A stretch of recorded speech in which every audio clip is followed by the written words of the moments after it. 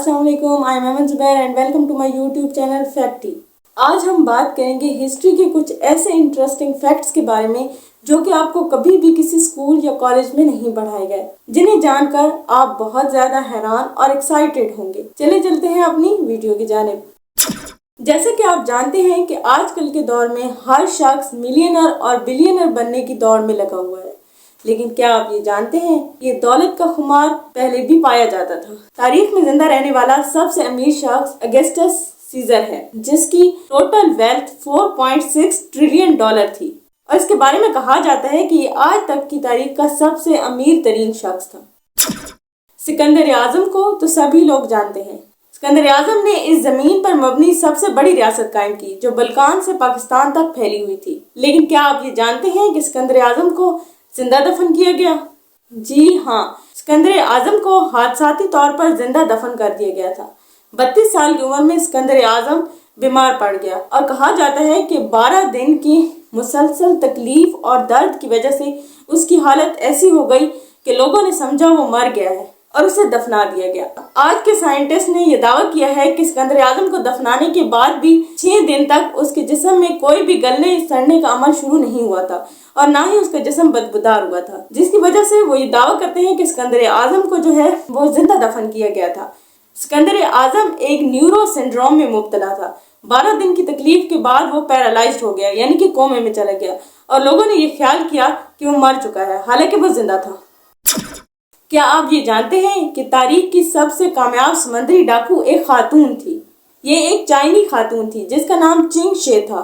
ये चाइना में रहने वाली एक तवाइफ थी जिसे बाद में रेड फ्लैग फ्लैट के सरबराह ने खरीद कर उससे शादी कर ली और फिर उसे अपने साथ लुटेरों में शामिल कर लिया। जल्द ही वो अपने साथियों में मकबूल हो गई और इसके बाद अपनी हस्बैंड की डेथ के बाद वो रेड फ्लैग फ्लैट की सरबराह बन गई। इसकी क़यादत में रेड फ्लैग फ्लैट में 300 जंगी जहाज, 1200 से जायद इमदादी जहाज और 40,000 से 80,000 मर्द, औरतें और बच्चे शामिल थे और ये सब लूट मार करते थे। इन्होंने चाइना के इर्द गिर्द इलाकों में बहुत ज्यादा दहशत फैला रखी थी।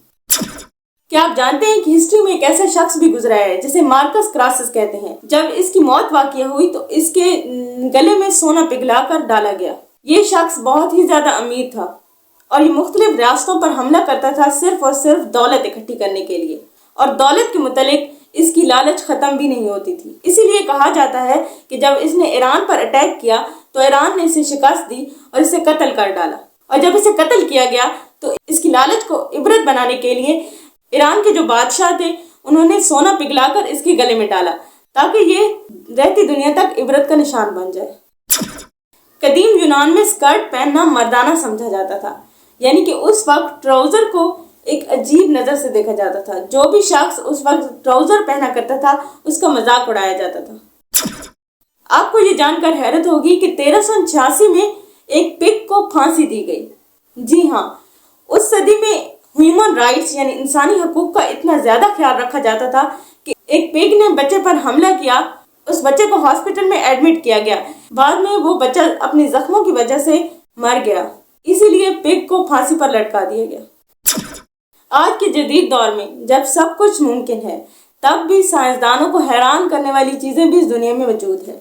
जी हाँ, एक अनजानी जबान की तहरीर जिसे वॉयनेज मैन्युस्क्रिप्ट कहते हैं, उसने आज भी साइंसदानों को हैरान कर रखा है।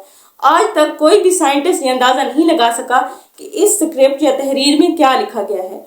कदीम आसार से उसके कुछ सफ़ात मिले हैं जिनमें कहा जाता है कि बहुत से इशारे और बहुत सी तस्वीरें भी मौजूद हैं और बहुत जगह पर तहरीरें भी हैं, लेकिन आज तक कोई ये नहीं समझ सका कि इसमें लिखा हुआ क्या है। जैसे कि आप जानते हैं कि हर दौर में नए खेल दरियाफ्त होते हैं, लेकिन क्या आप जानते हैं कि 18वीं और 17वीं सदी में एक ऐसा खेल भी था जिसे फॉक्स टूजिंग कहते हैं। ये फॉक्स टूजिंग बहुत ज्यादा मकबूल खेल था। इसमें कोई एक शख्स या एक जोड़ा लोमड़ी को उछालता था और वो अपनी पूरी ताकत से जितना उछाल सकता था उछालता था और इसी बिना पर इनके मुकाबले होते थे। अब ये तो जानते हैं कि चंगेज खान तारीख का बहुत ही ज्यादा जालिम और मगरूर हुक्मरान था, लेकिन उसने अपनी रियासत और अपनी सल्तनत को बढ़ाने के लिए अपनी ही बेटी से शादी कर ली ताकि वो अपनी कदरों को महफूज रख सके। اگر آپ کو یہ فیکٹس پسند آئے ہوں تو میری ویڈیو کو لائک کیجئے، شیئر کیجئے، سبسکرائب کیجئے۔ تھینکس فار واچنگ، اپنا خیال رکھیے گا، اللہ حافظ۔